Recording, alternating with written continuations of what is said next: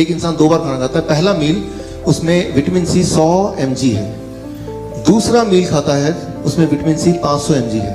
तो 500 mg मुंह में गया, पेट में गया, राइट। या ये ले लेते हैं, एक आदमी, यही आदमी पहला मील खाता है, दूसरा मील खाता है, तो किस वाले में ज्यादा विटामिन सी उसके बॉडी में जाएगा, पहले वाले में, दूसरे वाले में? पहले वाले, दूसरे वाले में, राइट। अब देखिए 3-4 आंसर दे रहे हैं, उनमें से कोई ना कोई आंसर ठीक होना ही चाहिए, राइट। कुछ लोगों को पता है कि यहाँ पे हर चीज का एक उल्टा ही आंसर निकल रहा है, तो उल्टा ही बता दिया कि सीधा तो हो नहीं सकता, जरूर इसमें उल्टा होगा, तो पहले ही वही बता दो। अब समझिए इसको, जब हम कोई भी चीज खाते हैं वो इंटेस्टाइन में जाता है, मैंने आपको बताया था। Now the liver which is the brain, वो डिसाइड करता है कि कितना न्यूट्रिशन की बॉडी को एक्चुअल में जरूरत है, राइट। तो ये भी हो सकता है कि 500 mg पेट में गया और उसमें एक भी mg बॉडी के अंदर गया ही नहीं, डिपेंडिंग ऑन कि उसकी जरूरत बॉडी को है कि नहीं। That is our gatekeeper decide करता है। तो ये कोई लॉजिक नहीं कि हमें ज्यादा विटामिन सी लेंगे तो ज्यादा विटामिन सी जाएगा, या कम लेंगे तो कम जाएगा। That logic does not work the way we expect. इसका साइंटिफिक एविडेंस मैं आपको दूंगा, राइट। फॉर एग्जाम्पल, एक ऑरेंज लीजिए, आप एक्सपेरिमेंट कीजिए, उसको लैब में दीजिए, उसमें 53 ग्राम अगर फॉर एग्जाम्पल विटामिन सी निकल रहा है। उसी बैच का एक और ऑरेंज लीजिए, उसको भी लैब में दीजिए, उसमें आप देखेंगे 10 गुना ज्यादा भी ऑरेंज विटामिन सी निकल सकता है। मतलब ये सोच कि इसमें इतना विटामिन सी होगा, उसमें उतना कैल्शियम होगा, ये एक रैंडम सोच है। सेम बैच में, सेम 2 फलों में 10 गुना भी वेरिएशन हो सकता है।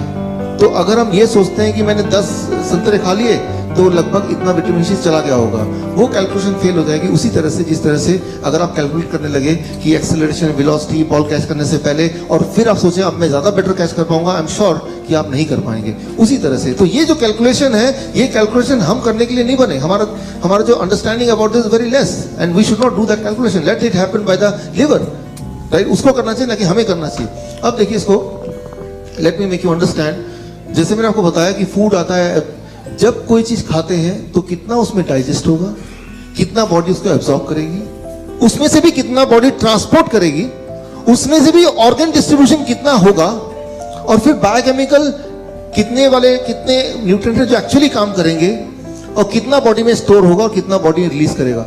ये एक ऐसी चीज है जो इतना एब्रप्ट है, इतना रैंडम है कि आप उसमें कुछ भी कैलकुलेट नहीं कर सकते, कुछ भी कैलकुलेट नहीं कर सकते। वो उसकी जो अंडरस्टैंडिंग है वो अभी तक इवॉल्व हुई ही नहीं है। तो जब भी कोई बोलता है कि आपको तो दिन में विटामिन सी इतना लेना चाहिए ग्राम, बोलता नहीं है वो हर्बल लाइफ, आपको तो इतना ग्राम विटामिन B12 लेना चाहिए, वो तो फूड से मिलेगा नहीं, तो आप मेरे वो डब्बे से ले लो।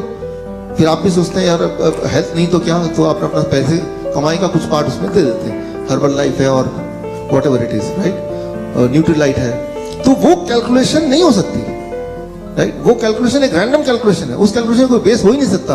बिकॉज जब आप कुछ खाते हैं, जैसे मैंने बताया, कितना बॉडी में डिस्ट्रीब्यूट होने वाला है किसी भी एक पल, वो टोटली एक अलग बॉडी की इंटेलिजेंस है, सेलुलर इंटेलिजेंस। उस इंटेलिजेंस को समझना हमारा काम नहीं है, वो तो बॉडी समझे तो ही ठीक है, लेकिन हमें सिर्फ बॉडी को सपोर्ट करना है, इंटरफेयर नहीं करना है। कि चलो हमने एज्यूम किया कि अच्छा वो बोल रहा है कि रोज 50 mg विटामिन सी बॉडी में होना चाहिए, तो मैं 2 टैबलेट खा रहा हूँ। Now you are interfering with the body science. वो कुछ इस तरह से होगा, आप ड्राइवर है, आप पीछे की सीट में बैठे हैं, आपको लग रहा है ड्राइवर ठीक से चलाएगा कि नहीं पता नहीं, तो आपने क्या किया, पीछे की सीट में भी एक स्टीयरिंग लगा दिया। ठीक रहेगा ये आइडिया कि ड्राइवर को गाइड करने के लिए स्टीयरिंग पीछे भी, जब मन चाह आपने भी स्टीयरिंग घुमा दी, क्या होगा? Only one thing can happen, that is accident, that is confusion. Similarly जब आप डिसाइड करते हैं कि मेरा ब्लड प्रेशर इतना है, अरे इतना लगता ठीक नहीं, तो इसको थोड़ा कम करना चाहिए, तो एक टैबलेट ले लेते हैं। तो आप क्या करते हैं? वही करते हैं कि पीछे वाली सीट का जो स्टीयरिंग है उसको आप कंट्रोल करने की कोशिश करते हैं। तो आगे वाला सोचता है तुम चला रहे, मैं क्यों चला रहा हूं। तो बॉडी बोलता है यार तुम ब्लड प्रेशर मैनेज कर रहे हो तो तुम ही करो, right, why should I manage. So blood pressure is not that simple. अच्छा देखिए, ब्लड प्रेशर क्या है, इमेजिन कीजिए आपके घर में टैप है और टैप के नीचे आपने एक पाइप लगा दिया, टैप ऑन कर दिया, पानी जाएगा। अब टैप पाइप को पकड़ लीजिए, दबा दीजिए, फ्लो बढ़ेगा घटेगा? बढ़ेगा ना। वाटर प्रेशर इंक्रीज होगा डिक्रीज होगा? इंक्रीज होगा, राइट। सो जितना डायमीटर कम होगा उतना प्रेशर बढ़ेगा। ठीक उसी तरह से हमारा ब्लड वेसल में जब ब्लॉकेज होता है तो डायमीटर कम होता है कि बढ़ता है? घट गया, तो ब्लड प्रेशर बढ़ेगा या घटेगा? बढ़ जाएगा। अब दवा से जब आप प्रेशर घटाते हैं तो एक्चुअली हार्ट को वीक करते हैं तो प्रेशर घट जाता है, लेकिन प्रेशर का घटने का मतलब ब्लॉकेज घट गया क्या?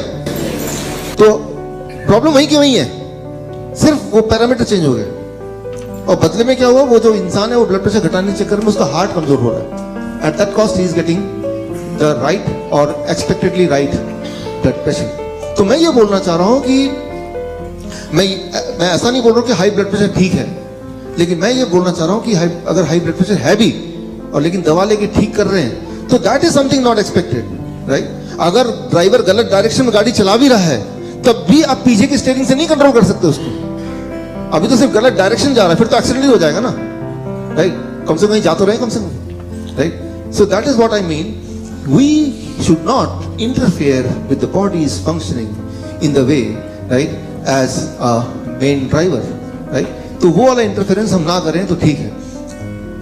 नाउ एक बहुत नेचर, दुनिया का सबसे बड़ा एक बहुत ही रेस्पेक्टेड प्रेस्टीजियस जर्नल है, a very prestigious journal, it's called nature, right? So nature journal में इन्होंने प्रूव किया कि जब भी कोई न्यूट्रिशन मतलब विटामिन सी हो गया, विटामिन ए हो गया, बीटा कैरोटीन, या फिर और कोई मिनरल हो गया, जब वो फ्रूट्स के या सब्जियों के अंदर रहता है तो उसकी ताकत काम करने की कई गुना 263 टाइम ज्यादा होती है इन कंपैरिजन टू जब उस न्यूट्रिशन को अलग से निकाल के एक टैबलेट में भर के आप उसको खाने लगते हैं। It doesn't work the way it should work.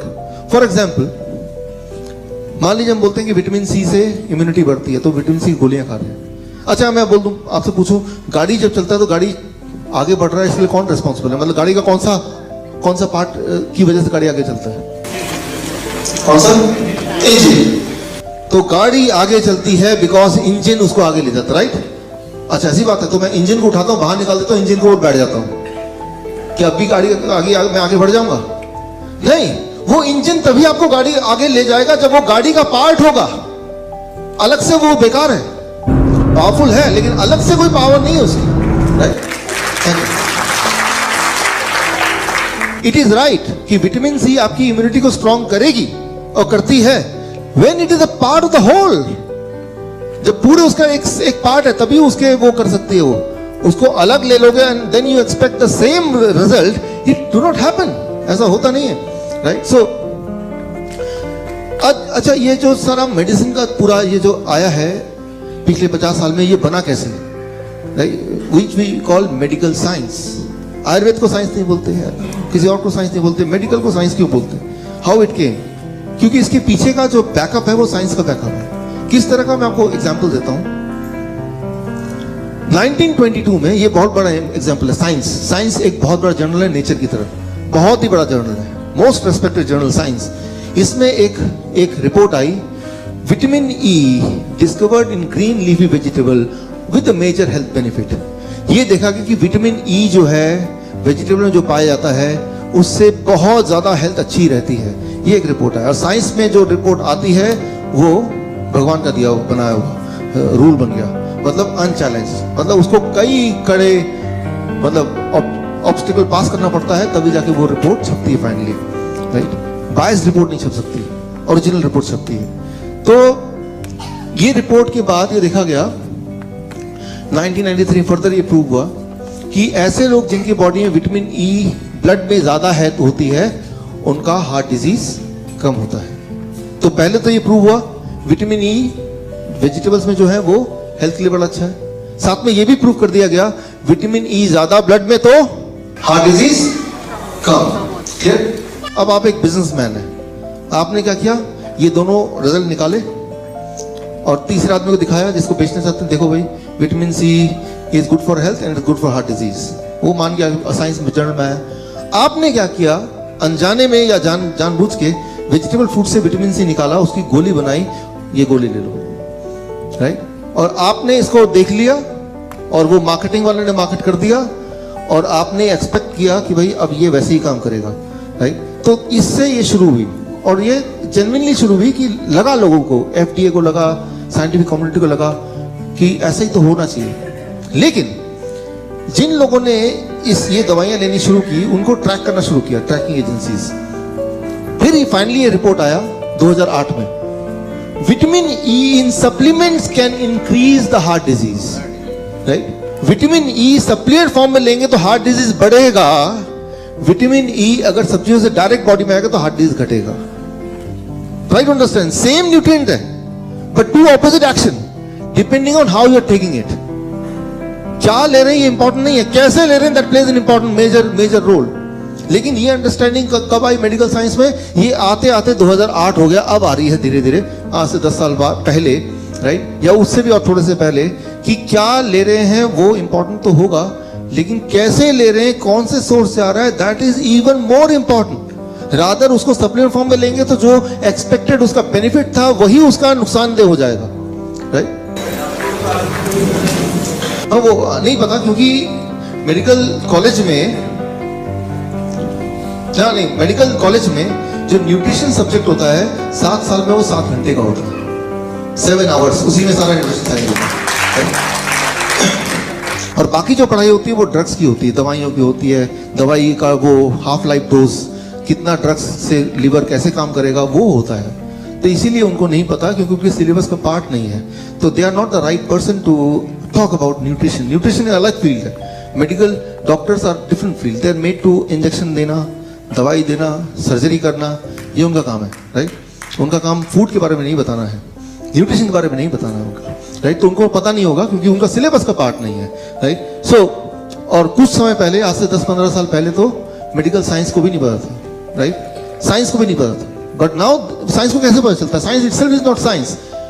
पहले एजम्पशन होता है कि शायद ऐसा फायदा होगा, फिर कुछ लोग उसको अपनाते हैं, लाखों लोग, फिर उनको ट्रैक किया जाता है सालों साल तक, फिर देखता है ये तो उल्टा हो गया, फिर दैट बिकम्स अ साइंस, फिर रिजल्ट को कोलेक्ट करते हैं, वो रिजल्ट को डिस्प्ले करते हैं, राइट। तो पहले एक एक्सपेक्टेड गोल होता है, शायद ऐसा काम करें, उससे वो जर्नी शुरू होती है, फिर वो 10 साल चलती है, हजारों लाखों लोग उससे पीड़ित होते हैं, फिर वो उसका रिपोर्ट कलेक्ट होता है, फिर वो एक जर्नल में आता है, this is science, right. Science ऐसे होता है, वो मॉलिक्यूलर लेवल में पहले ही पता चल जाए कैसे काम करेगा, वो साइंस नहीं है, उतने इवॉल्व अभी तक टेक्नोलॉजी हुई नहीं है। अब देखिए, ये है journal of American medical association का रिपोर्ट, और similarly vitamin E supplement leads to higher cancer episode.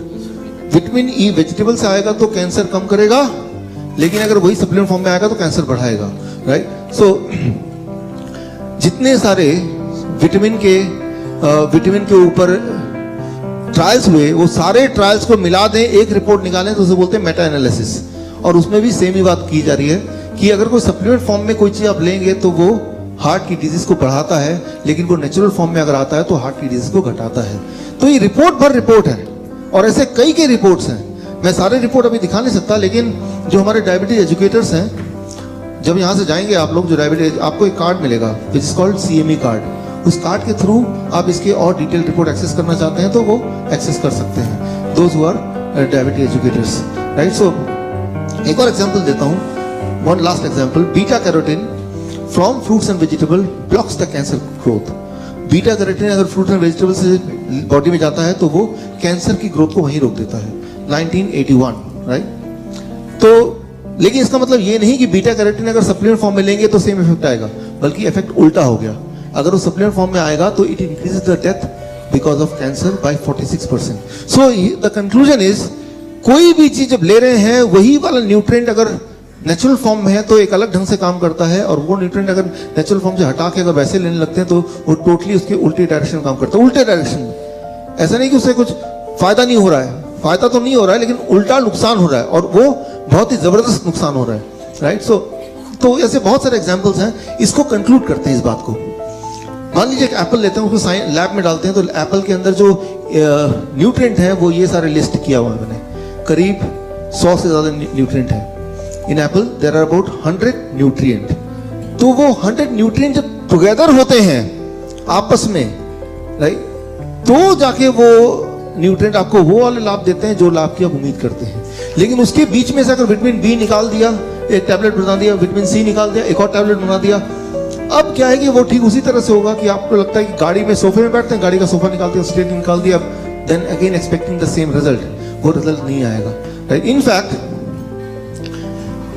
जब आप एक सेब खाते हैं तो सेब खाने के बाद बॉडी में जितने सारे केमिकल रिएक्शंस होते हैं, वो सारे रिएक्शंस को अगर आप चार्ट में बनाएंगे, राइट, वो चार्ट का 1% इज दिस, 1%।